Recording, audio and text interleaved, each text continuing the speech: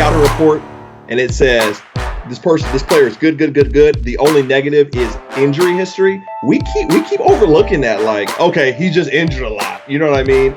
As if you don't want a player that's consistently on the field that gets you 5 to 7 sacks, as opposed to a player that is projected to get you 10 to 15 sacks, but never's on the field. Yeah. And so that's the hard part of looking at something and saying, man, I want to project Nick Bosa to be everything we need to be. And then Quinnen Williams, man, I didn't want Quinnen. Looking at him and saying, well, you know what? He's out of position. That's his biggest weakness. Yeah, he's going to produce some sacks on the field for us, but Bosa's projection is better than his injuries. Are you listening? I know!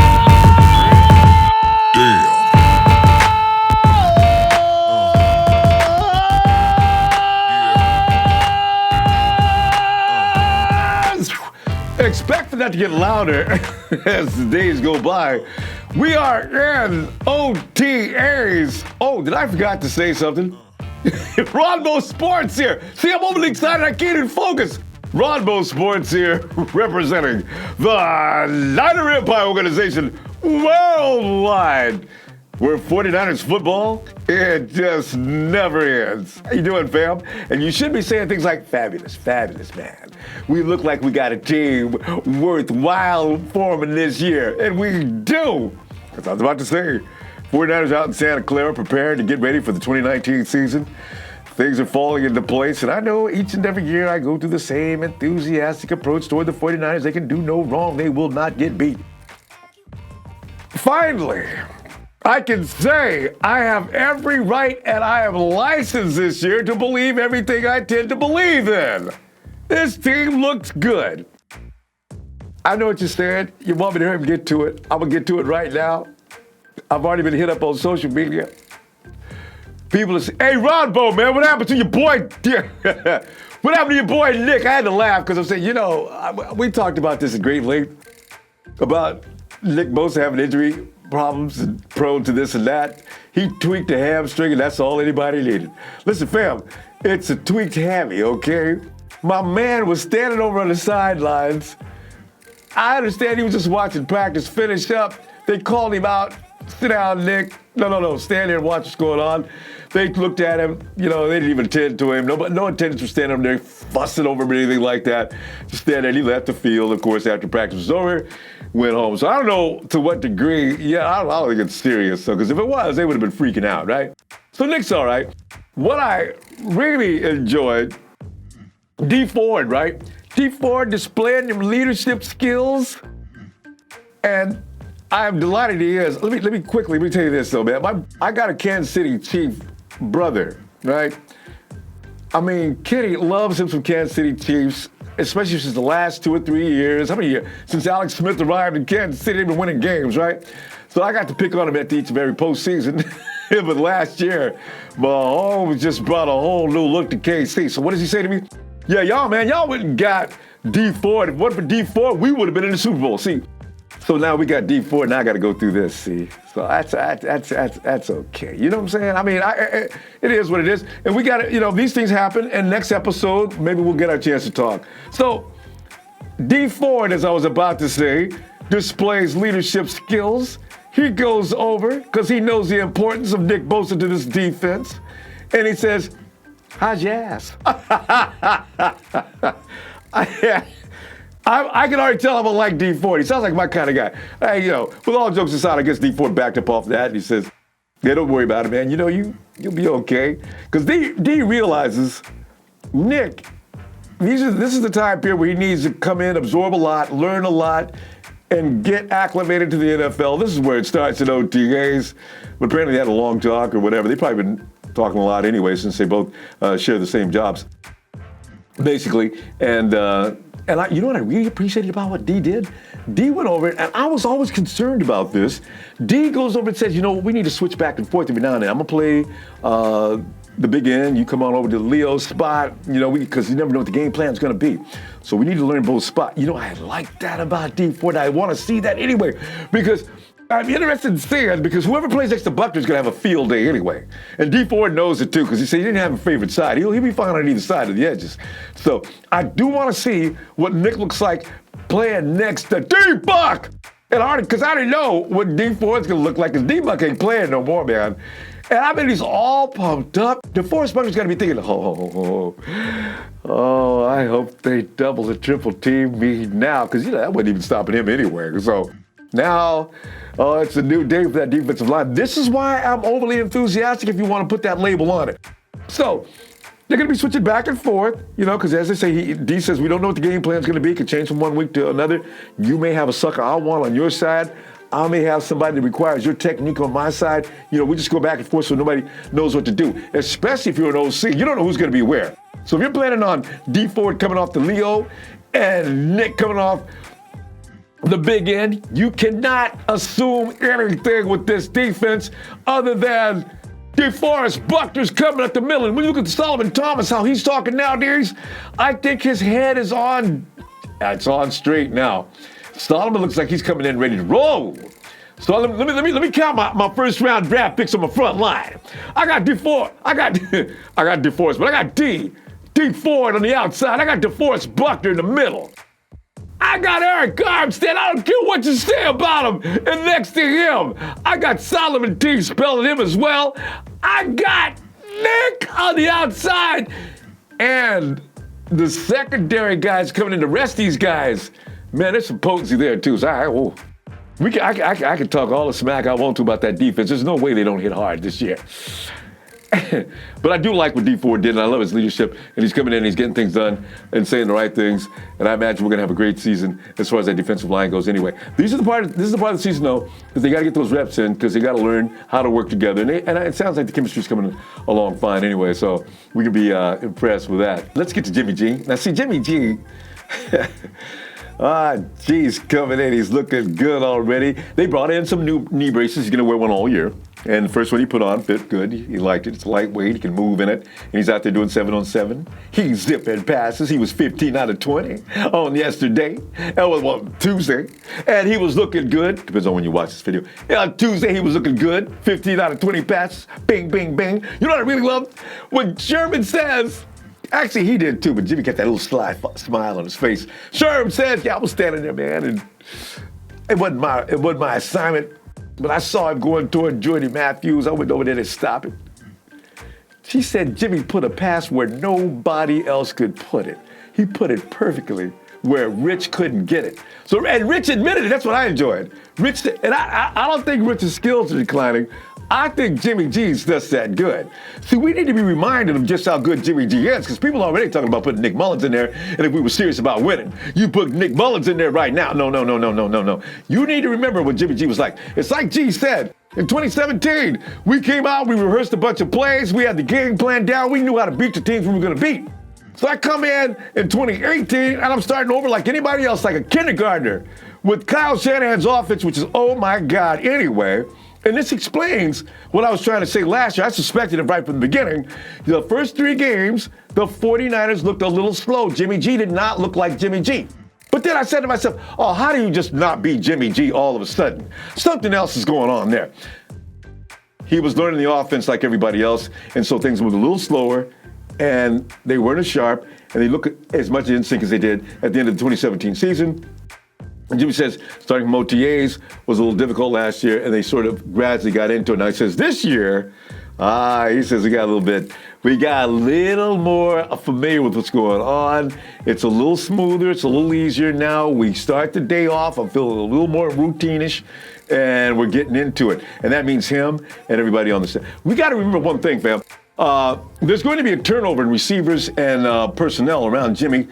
Hopefully we keep the running back crew intact and several receivers for the years to come if we're going to go for any championships, because that turnover ratio is going to determine how effective the 49ers are going to be each and every year from the beginning of the season in particular. Because right now, as far as the running back goes, we already know that Tevin Coleman knows the offense. We already know that Jerick McKinnon and also Matty B, God bless his chest, please don't be serious. He's got a slight tear. He'll be back. In fact, they're going to keep him out for the rest of the OTA session. I think he'll be back. Maybe training period, I guess. Hopefully he'll be healed up by then. If not, he'll stay right where he is. Mostert's got a bones. That broken arm is not healing back exactly right. They're gonna reset it.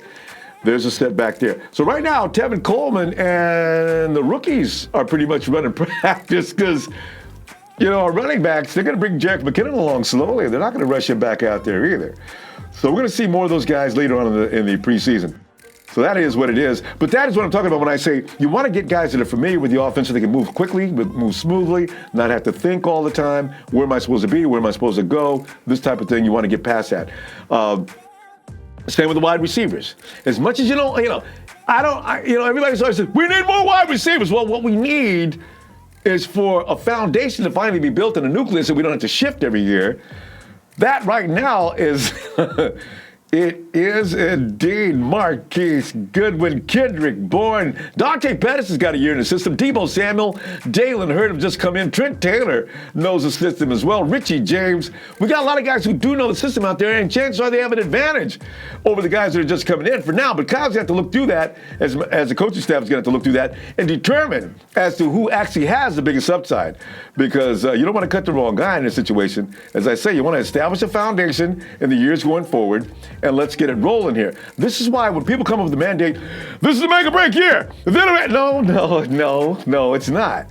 There are things that have to be into place before you start making mandates like this is a make or break year. We're going to get rid of everybody. That's not going to happen. But what we need to hold hope for is that it does get established this year, especially I got Dante Pettis, Deebo, Jalen Hurd. These look like good talents. We want those. We already know George Kittle knows what he's doing completely. Garrett Celek, he may not, a lot of people think Celek is gone because of Caden Smith, Tyree, the other guys we got. As far as the tight end competition, it's going to be Caden Smith. It is going to be, of course, Kittle, the guy named Tyree. And we got these guys, Levine Tololo. These names are going to be fun to try to remember until you get them in your mind ingrained, right? But some of the tight ends, you would think, somebody said it's going to be with Tololo, and I say somebody, a lot of guys on social media, Levine Tololo, Garrett Celek. People think Celek's out. It's going to be Tololo and Caden Smith. I'm going to tell you the truth. I think Celek wins. Right now he's out with a concussion. I don't know where he got it from. He's out with a concussion, and he's also, I believe, he's got a shoulder problem. No, it's a back problem. I don't see Celek actually losing out to any of these guys. Tololo knows Kyle's offense. He could be. Caden is not going anywhere. He just got drafted. He will stay with the team. Everybody else is on thin ice. The 49ers are only going to keep, I would say at max, 3 tight ends. So if I had to pick them right now, it's probably Tololo, Garrett Celek, and Caden Smith. We'll see what happens with that. Beyond that, now, as I say, your wide receivers, your tight ends, as soon as we can establish a foundation, we can start talking about not only getting into the playoffs, winning the playoffs, and then, of course, shooting for the golden ring, the golden red ring. And that's what I mean. That's what I say when I say don't talk about this is it. This ain't it. This is it. Hopefully this is the beginning of something really large, because I like the guys that are in place right now. I like what Kyle Shanahan and John Lynch are doing. They're making it happen slowly but surely. It's growing. We made a couple of mistakes, okay. But what if Solomon Thomas works out?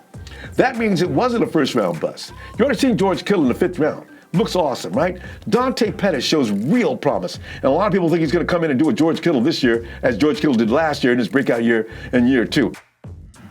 God, I can't wait till the season gets started. And speaking of, as I said, Sherm getting smoked by Jimmie G in a play to Jordan Matthews, Sherm is feeling real. He's feeling a lot burlier. He's feeling burly. He's feeling rowdy. He's feeling ready. Pretty soon to come Rowdy Rich. Rich out there saying, I'm feeling like I can move and groove like I did years ago, because Sherm had an MCL injury, right? A while back. We know about the Achilles. The MCL is long since healed. The Achilles has got over a year time behind that. Sherman had the sutures taken out of his Achilles.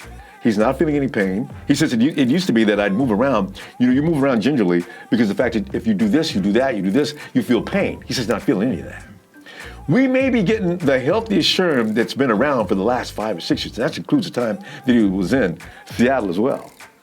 If Sherman's feeling good, I'm feeling good about our chances even more so, because now Sherman's got what he says he needs. He's got a frontline defense. He says they work hand in hand. Most of us already knew that. You can't have a weak frontline defense and expect your secondary to cover for him. It doesn't work like that. Sherman says we've got some guys out there now that should be able to get it done. we should be okay. He says, he got Jared. He said a lot of great things about Jared. I especially love the term he used on pesky. If Verrett can be healthy, it's going to be all right in that secondary. And he said a lot of great things about not only Jimmie Ward, but Ahkello Witherspoon as well. He says, and Adrian Coleman too. You know, and we probably should have known this last year. Ahkello Witherspoon and Adrian Coleman. I mean, they was them dudes that say, I got this. Robert Saleh says, you know, their biggest problem was, I got this. Those are 3 words you cannot say, especially in the NFL. You ain't got this. In fact, I think Lynch was concerned with that last year. That's why he brought in Jason Verrett and Tavarius Moore there to cause some trouble too. I got you guys. They got some competition this year, and when they say I got this year, they really will have to have got this, because they got some competition to deal with. That's good. That's what we need. Sherm and Verrett. Otherwise, let's get ready to roll. That defense is going to be smoking! Ooh, I can't wait. Hey, fam, you know what? Let me stop, because I'll roll on like this for the next 4 or 5 hours. Let me introduce you. He comes in. You've seen him. You've met him already. I call him Jay Fresh. He goes by the name of 49ers Fresh. But he's the guy you see doing all the demos and things we got on YouTube, on the Ronbo Sports app. And we put him up there to demonstrate how, you know, we're inviting you to do the same thing. Come on in, drop off a video. We'll post you up during the shows, the live shows, and have fun with that, all right? Hey, let's go meet Jay Fresh. Now, the fam, as you know, most of the Niner Empire were sitting around crying and sobbing. I thought I'd call Jerry to need some comforting, man. We're going to talk about it right now. Jerry, otherwise known as 49er Fresh. Jerry, man, what's up, man? How you doing?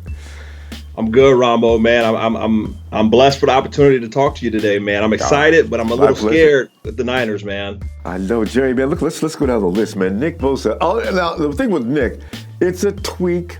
You know, I was reading what D Ford said. He works hard. He's coming along. He's progressing. He'll be back. He'll be fine. So I'm good with that. It's a tweak. It's not a pull. Probably take off a week or so and just take it easy on that. He'll get back to business. But then you got Matty B. Matty B, man, oh my God, you tore the chest. What? So I'm telling you, man. And then there's Fred Warner. Residual something, as they put it, for his knee. Garrett Celek, a concussion and back issues. Jerry, how do you get a concussion? We haven't even started the season yet. Did your child open the door on your head? What happened? I don't understand how you get a concussion. They don't give you those kind of details. We just get what happened. So you're reading down this list of all the guys already had injury, and we haven't even started. Oh my God. Ronbo, man, I'm nervous. The hype train has already been here. I told you, one game at a time. I know. And I'm nervous, Ronbo. I'm just real nervous about this season, man. You have every right to be. These things have got to improve, Jerry. You know, okay, let's talk about something more pleasant for a minute, because the injuries will be what they are, and it's OTAs, it's early, it's only end of April, May, we'll be fine. But Jerry, for the past 3 years, the good luck thing is the 49ers seem to be UDFA happy every year. Kendrick Bourne, Matty B in that first year. Last year, that dude that rode in a knight in shining armor on his horse, Nick Mullins. And I'm looking now out there. I was just watching Poindexter, some other guys working out, the little footage they had out there. Right. I mean, do you see the possibility of another gem to be pulled out of the UDFA this year? Mr. Ronbo, you actually said the name I'm thinking of, and that's I'm sorry. Mr. Sean Poindexter out of Arizona. Big boy, big body receiver. I know we have Hurd, but Hurd is such a specialty. Even with his size, I feel like Shanahan is not truly going to use him as that big body red zone receiver. And you look at Poindexter's stats and you look at what he could do. I think that under Shanahan, man, we get opportunity to see a big body. We need that. You know, Debo he's big bodying, you know what I mean? But he doesn't have the height. He can get that separation. But Poindexter, man, there's something about this guy that maybe he's that red zone threat. Maybe he can get open and get some jump balls for us. And you know, Ronbo, we need that. We do. And I've been fighting because the fact I always said, you know what, I like size, But I need guys to run sharp, crisp routes. I want them to, because everything Kyle Shanahan seems to like to do, he's got his quarterbacks out there throwing timing routes. I need for guys to get in and out of the routes really quick, which is why I thought Kendrick Bourne excelled so well last year, because he gets in and out of his routes really quickly. And he runs pretty precision routes. So, but you got a lot of competition going on between him and others as far as that room goes. But we'll see what happens with that. Hey, speaking of rooms, though, you got the running backs now. Everybody has their favorite bodies, right, as far as running backs go.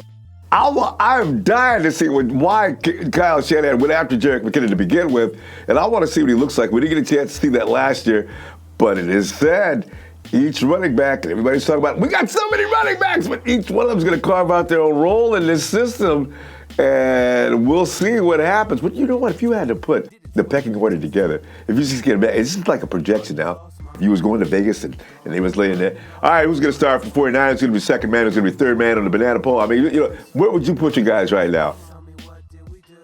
Well, I had Mr. Breida is one of he's probably one of the most underrated running backs in the league. You know what I mean? Yeah. He's a dynamic running back, and he doesn't get enough credit. Now, he done hurt himself too. So we're in that situation. I think Breida was a torn pectoral muscle or something like that. Slight. He'll be back. No surgery needed. Oh. No, sir. Okay. Oh. It's just, you just see in football, man. It's just, it's inevitable that somebody's going to get hurt. But to answer your question, man, I would say I would have Breida. And I think Shanahan's looking for that 1-2 punch he had in ATL. Mm-hmm. I would have Breida. Yeah. McKinnon, the injury, man, I don't know if he can be counted on to be a running back that we consistently use. I think he can do some specialty things if he makes it to the season. And Coleman seems to have a better injury history, and he's already been a part of that 1-2 punch. Yeah. So you're pretty much you're getting the same thing in ATL, but you're keeping Coleman and you're putting Breida in there. And there are some people who think that Breida's the better running back there. He hasn't proven it, but give him somebody to spell him like Coleman, and you're about to see him do something that we ain't seen him do before. I could buy that too. Because if you look at the Devonta Freeman role, like you're talking about ATL Atlanta, boy, Breida, I've already said, if I had to put together a film on how to run that stretch zone, I'd put Matty Breida above everybody, including Devonta Freeman. Matty B does that with such beauty. So, I like that. And especially, I don't want Matt Breida, Jerick McKinnon running between the tackles any more than necessary anyway. What I like to see his role as being pretty much similar to that of Tevin Coleman. I want to see him isolated on the linebackers, and any mismatches we can put him in during the course of the game, and just let him get hit with the pass and let him be the playmaker he is in that capacity more than I would see him running between tackles. Matty B every time, I agree. I like that. So we're going to see what they can do. Because they have to establish everything they do from the run. So that would actually mean that Matty B would have to be the guy, wouldn't he? I mean, just from that concept alone, now that I think about it. It's true. No, I agree with you, man. It's a hard thing. It's a good problem to have because we got so many running backs. And it's just Shanahan trying to figure out how he's going to use them. I think Coleman was a surprise, but that surprise, we got him for cheap. And I think it's going to be a blessing in disguise because, again, McKinnon, he hasn't really got the opportunity to show out like he needs to because of injury concerns. And I'm sure we'll get to this in a minute, but injuries are they're a little underrated, man. You get injured, you're done. So I think Coleman brings that aspect that Shanahan's familiar with. And then Breida, man, he's a little bit more dynamic. I'm not going to say he's rated higher than Freeman. I'm not going to say that, but I'm going to say that what he brings to the table might fit Shanahan's scheme a little bit better. Yeah, like I said, I do tend to sometimes overrate guys, but I like Matty B, boy. Freeman was a monster though, so I probably need to back up, pump the brake. Me and you both, man. I tell you what, it's really funny talking about injuries. Mostert, they're saying now, okay, the break. Oh, man, you remember that break, right, during the course of that game? Ooh, that's hard to watch. You could see that bone buckling under the skin. They said they're gonna have to go back in. It's not healing properly and reset it. I forgot to add his name to the list. The body's already going down. Mostert didn't go down due to anything. He's still running around out there, I understand, and still having a good time. But they're going to have to go back and reset that bone, maybe put some more hardware in there and get that to heal right. because that was just an incredible fracture. Ooh, God. Ooh, I don't want to let's think about it. I can't think about it, Ronbo. Maybe we got it, guys. You know what? Hey, last year, right, Lakin Tomlinson, and I think there were people cheering, too. We probably shouldn't have been doing that. We needed to wait and see what product Lakin was going to bring last year. But the 49ers said, Lakin Tomlinson, we will not be picking up your contract, and we will not renew it. So I said, looks like, I forget the guy we had in camp last year. I thought that the guy that's been through Arizona, he's been through various teams, he can't stay healthy. Anyway, we had him. We had to cut him last year because he didn't heal up all the way before camp. I think the 49ers panicked when that guy couldn't heal up and said, Lakin, we were just playing, man. Come on in here. We got a contract. Yeah, we got a contract here, laying here waiting for you. Sign it. We'll just go for another 2 or 3 years. We got the same thing with Joshua Garnett this year. Garnett is like been told he, under no uncertain terms, Joshua Garnett, are we picking you up again this year? This is your last season. It's either prove it or hit the road. Could they be fishing the mind of Joshua Garnett as they did Tomlinson to get getting more out of him? Or is Joshua Garnett seriously on the block? Because quite frankly, Fresh, man, I really like Garnett if he would just stay on the field. What do you think about that? Well, I think if we go back a year or the year before that, Kyle Shanahan and Lynch and company, every year you go back, they have time. And so the luxury of time allows you to be able to experiment and give people opportunities to prove themselves. But with what we did in the draft and the direction the team's going, I think Garnett may have to prove himself this year because Shanahan and Lynch have to prove themselves this year. I'm not saying that they're going to get fired if we don't do excellent, but I'm saying the pressure is on. They're here, they got their players. I think his best bet is to carve himself as a good rotational player. I'm not sure if he has the ability to do what Shanahan wants him to do. I think Shanahan is trying to mold him into the type of guard that he wants him to be. But maybe he can be somebody that spells another guy. But I'm not 100% sure that Garnett is the guy that is going to just wow you on the field. Now, McGlinchey and, of course, Joel Staley, we got pieces on this team. I'm praying and crossing my fingers for Weston Risberg in the middle because, he needs some common sense. God. But I'm not sure about Garnett. I'm really not sure about how he fits into the future, He's going to have to come forward. He's going to have to stay on the field. And I think he irritated Kyle last year when Kyle was on a press conference saying things like, I'd be real surprised if he didn't show up this weekend. And Garnett didn't show up that weekend. I think that pretty much put a wrap on the love and affections they may have had for one Joshua Garnett. And then you got a guy like Persons, right? Persons is like, broken arm, broken leg. I got a vertebrae out of place. Coach, I'm playing. See, that is an offensive lineman. That's old school. That's a little insane. That's a little crazy. I think Persons has won everybody's heart in camp. Joshua Garnett's going to have a hard hill to climb. Maybe he is not getting the Lakin Tomlinson treatment.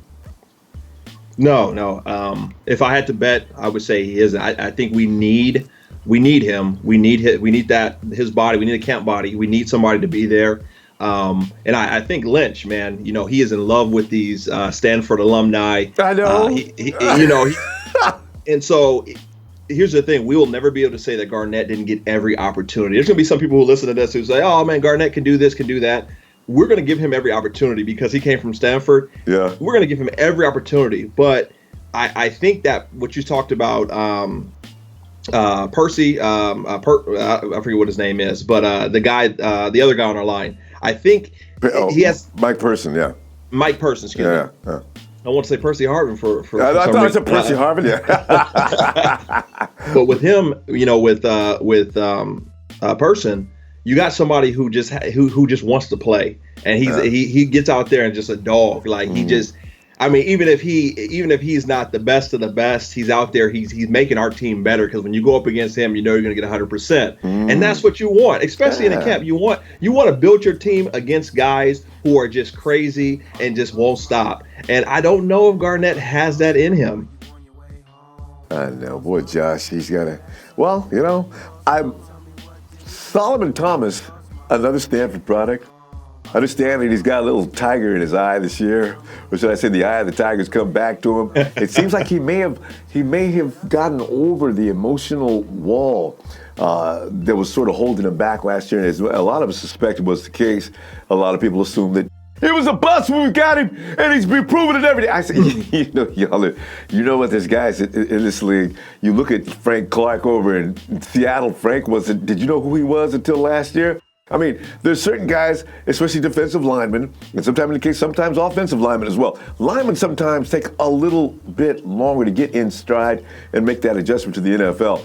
So if Solomon Thomas, and the reports so far, initial reports are he's looking kind of good out there.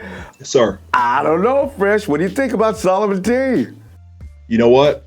I love Solomon Thomas. He what he went through with his sister. I think as fans, and we have these expectations where we kind of look past things that we would stop life for, right?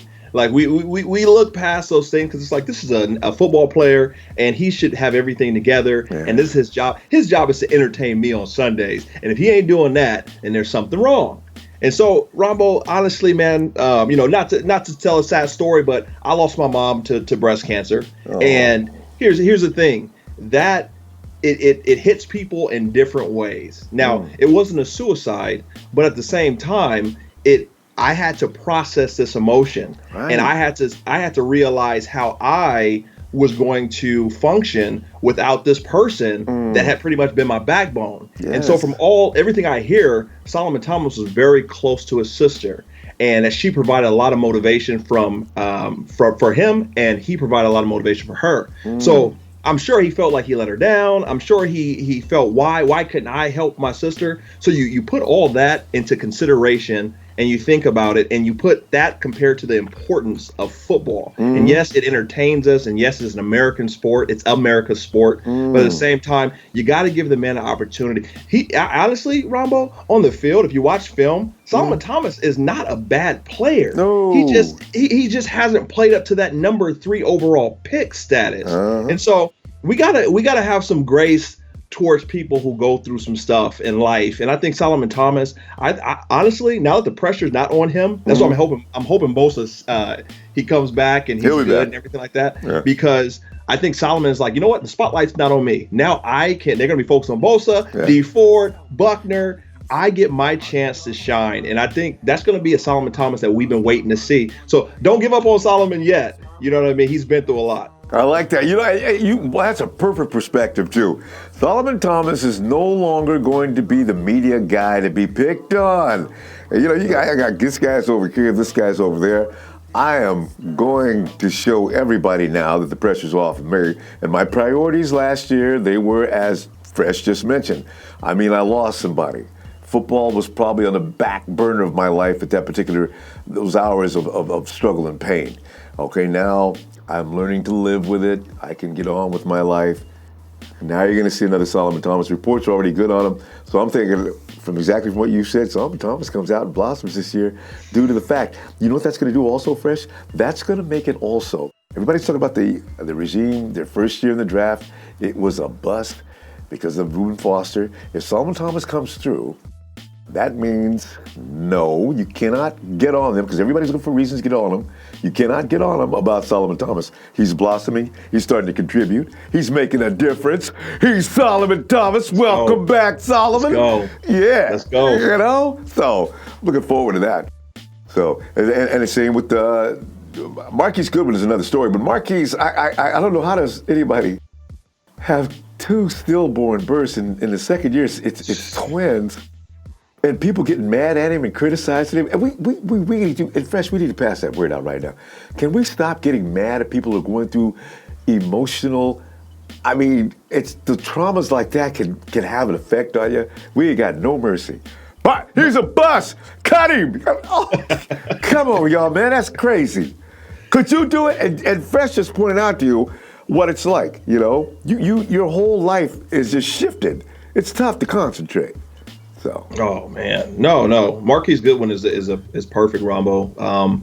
This man, he didn't start off in the NFL. I mean, his hype is around his athletics and going to the Olympics and doing stuff like that. But for what Kyle Shanahan needs, he's stepped up and done it. And I think, Ronbo, I don't know why. I think it's the age of social media for sure. It's the age of, and what we think is that opinion, our ability to have an opinion gives us the ability to be the final judge and jury and executioner to everybody. So it's like, now I'm an American, so I got the right to just, you know what, if this player's not good, cut him, get rid of him. You know what I mean? We just have that mentality. We give nobody second chances. We don't show anybody no love. We give nobody opportunity to succeed. And it's like, come on. Ever. It goes back to those, you've watched movies, right? The gladiators down in the arena, those bloodthirsty people sitting in the stands. Romans were just, I mean, and by the way, if you're Roman descent, I'm just saying, your ancestry, that was just mean. I mean, they're sitting there, they're yelling for blood. We're talking a football game where everybody's gonna leave and go home. They're gonna get in the car and go back to their families. We're talking about, guys, we're giving the thumbs down if he's laying on the ground. The emperor looks over at the stands and the fans for their approval as to what to do next. You get a few, and then you get a bunch of, oh my God, kill him. Kill him.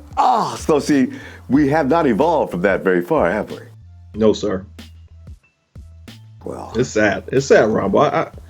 I like our team. I want to not have our expectations be too high, because what happens is, especially with 49er fans, we are very much, we wear our anger and every emotion that we have on our sleeves. And so, I mean, maybe not as much as Jets and Giants fans, but we're up there.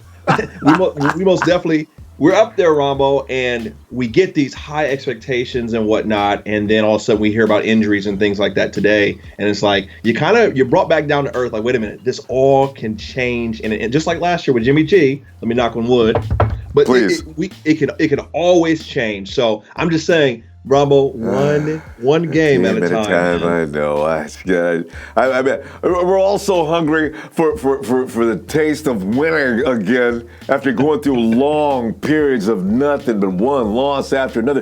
Going into games fresh, knowing that there's no way we're going to win this game, even though people like you, myself, and others, we go into every game optimistic, think we can win this game. We can win this game. But that was on a hope and a prayer. You need talent. You need your team to mature. We've got a team now that's in its third year with this current regime. I think they're pretty much going to learn things. They've already learned a lot of things they can apply, and they can stop making the same mistakes they were making before. This is why I have a lot of high hope this year. It's genuine, because I feel like, as I said, they've learned a lot now. They've went through the school of hard knocks. There's no reason for them to continue to make the same mistakes. They should be able to move forward now, and that's where my optimism is based, for those who continue to call me delusional. And I don't know if you're going through that as well. But I mean, how many times do you have to get beat up before you know how to defend yourself, right? They'll be fine. And like you say, though, it's got to be one game at a time. We got to have everybody out there, and their injuries and some of the natural disasters that keep taking place, as football will bring. Once we overcome those, I think we'll be fine. Agreed. I agree. I'm most definitely excited about the season. I don't want to make it seem like I'm not enthusiastic about the outcome. I think we have the talent, we have the skill, we have the coach, of course, we have the pieces. It's just one of our biggest things is injuries, and that is big. I don't know if you want to get on injuries, but not in depth. I mean, what would you say about the injury situation, and what else do you want to add to that? Because I don't know what to say about injuries from here. I already believe that we were not going to have that same kind of luck just due to the odds. But what are you thinking? I would say this: most of the time, when you have a regime in place, coaches, and they have their staff, and you have a GM, most of the time when that regime is let go or moved out, the next coach, the next GM says, hey, I'm not going to do what my predecessor did before. I'm not going to go in that direction. And so I see that we are going in a different direction, but when it comes to injuries, I'm seeing the same with, hey man, we can get that player on a discount. He had a ACL injury. We had and I feel like, Ronbo, I don't know if it's just me, but I feel like with Lynch, and Shanahan and what's his name? What's our guy's name in the Parag Marathi. Parag Marathi. I knew that's what you're thinking. The money. I like him because when it comes down to these big deals, you're like, wow, he really helped the team. The player's getting something, but we can get out of that deal if we need to. Yeah. But also, it feels like with some of these players, we're settling. Like, man, that player's on the market. We have the money to get him. He's the top player. But hey, that guy only tore his MCL 3 times. If we could hope that he's okay and bring him in. And so I think they're going on a hope a little bit too much. Like, man, I hope Barrett gets healthy. I hope that even with Bosa, I hope that this injury thing can hold up. And here's the thing, Ronbo, when you have on a scouting report and it says this player is good. The only negative is injury history. We keep overlooking that. Like, okay, he's just injured a lot. You know what I mean? As if you don't want a player that's consistently on the field that gets you 5 to 7 sacks, as opposed to a player that is projected to get you 10 to 15 sacks, but never's on the field. Yeah. And so that's the hard part of looking at something and saying, man, I want to project Nick Bosa to be everything we need to be. And then Quinnen Williams, man, I didn't want Quinnen. Looking at him and saying, well, you know what? He's out of position. That's his biggest weakness. Yeah, he's going to produce some sacks on the field for us, but Bosa's projection is better than his injuries. So I'm going to go with Bosa. And I'm just hoping. I'm keeping the fingers crossed. I'm keeping my fingers. I'm praying. I'm hoping that Nick Bosa, because now that we have him, he's my guy. You know what I mean? He's a Niner. Yeah. And so I just want to make sure that, I think if we look back at Lynch and Shanahan, if they do fail, and I pray that they don't, I think it won't be an argument. I think all fans will kind of know, like, these are some reasons why they did fail. I think we don't want to say it right now, but you can look at it. Exactly. Yeah, go ahead. No, I'm just saying it wasn't just impotent out there. It was just the luck of the draw, and injuries beat us, if that be the case. It wasn't that they were incompetent, like a lot of people have come into the organization, and they just weren't any good. Trent Baalke leads the area by the coaches he hired. You can't expect Jimmy Tomsula to take a team like that and do anything with him. You bring in Chip Kelly as an experiment, hoping to shake things up. He shook them up okay. It didn't work at all. This is a solid regime. This is why I'm holding. We hold on to him, because you can see that from what you just pointed out, there are some things they can improve upon, but I also think that the 49ers are also getting players that fit what they want to do. Sure. And unfortunately, some of the guys are looking for, because Eric Berry, they didn't get him. And Eric Berry is one of the best there is, right? You look at Trey. I don't know what's going on with Trey Boston, but they don't want to get him. They didn't go after Earl from Thomas. Earl Thomas. They could have went after him, right? So I'm thinking it's not all injured players. There are some players that they passed up on. I'm sure you wanted everybody wanted a safety.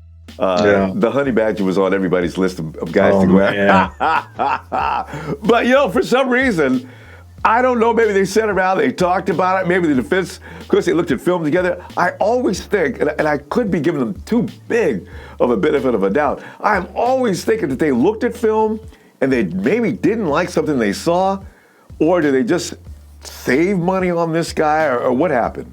So, yeah. No, I agree. I know that going into this next season, we're carrying over the least amount of cap room that we've had since they've been in house. Yeah. And so everything is pointing towards this having to be. I don't think, again, if we go, let's say worst case scenario, we hit 7-9, 8-8. Yeah. Let's say that's worst case scenario, right, and we show improvement. And some of those losses are close games. I think the fan base, of course, we want them to go to the Super Bowl and lose no games. But I think as an owner, Jed York has to look and say, hey, look, we're making progressions. Let it be because there was some injuries. And I don't want this to happen, but I'm saying if we did lose some close games, it wasn't because we didn't have the talent. It was because of maybe injuries and whatnot. And I just think that we're at the point right now where we need to see a significant improvement. I think we need to taper off.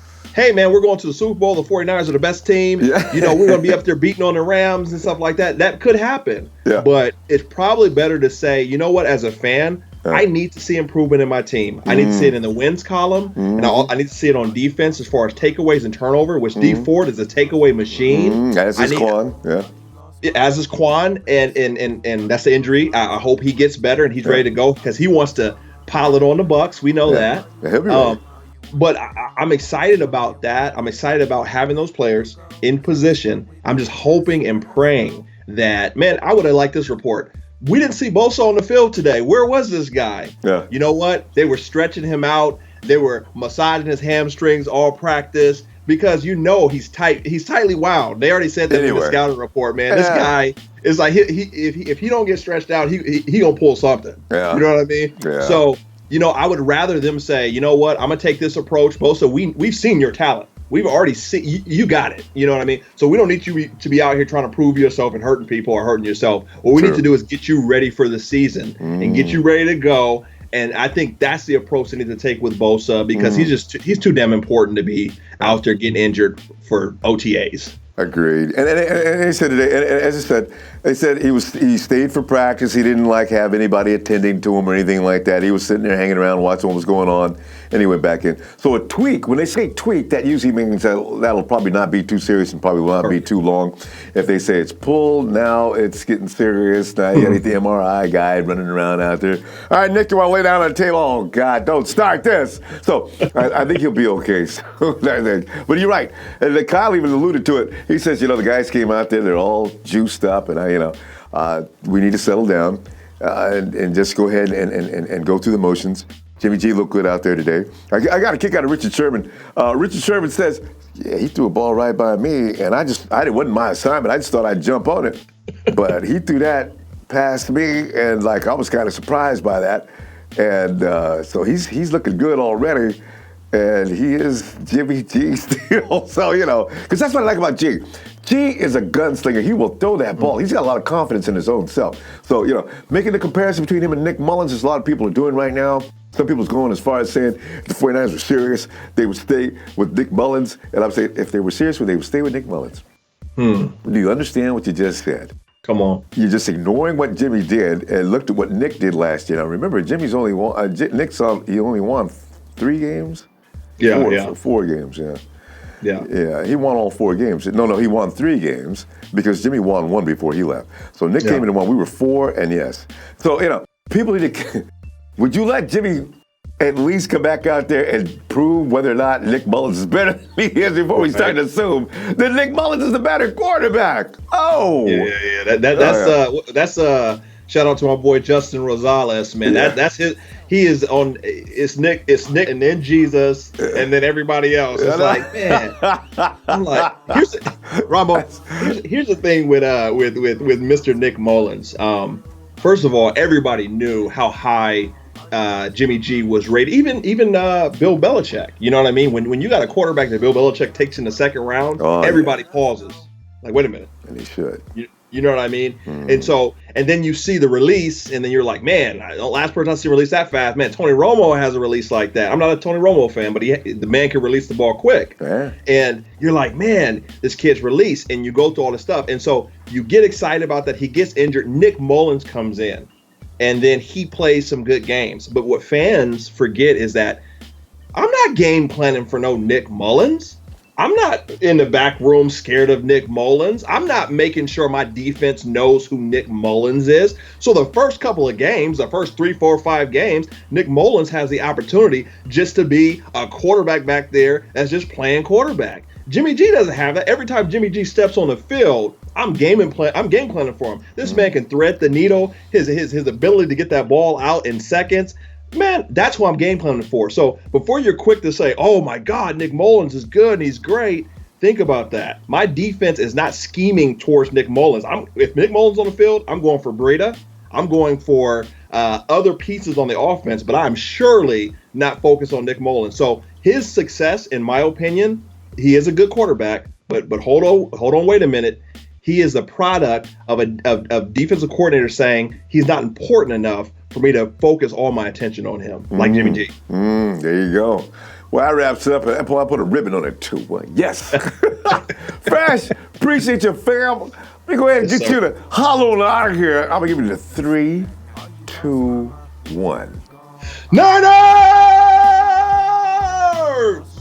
We're going to be doing everything in that, man. Tell you what, we're going to be doing a lot of that this year, too. Yes, sir. Jerry Fresh. I like to break his name down as I told you earlier. Jerry Fresh. He sounds like a rapper, don't he? Oh, man. Thank you, Jay. Fam, I'll tell you what I'm going to be talking to you. This is that every day something's coming up. Look out for Grant. You know what I'm talking about? Grant will say something nasty about our guys. Grant's been on the up so far, so I ain't going to say nothing bad about Grant. But I will see you days. I mean, I don't know when we're going to stop. As long as 8 OTAs are going on, we got to check this out. Fam! I'm going to go ahead and take off. And I'll see you in a minute. I ain't going to say nothing about tomorrow, the next day. I'll see you in a minute. Maybe going on right now. Wait. Hey, don't start the count yet. Please, fam, don't forget to hit like, share, and subscribe. Invite other 49ers to come and join us. All right, I'm ready. 7, 6, 5, 4, 3, 2, 1. You'll never have my secrets.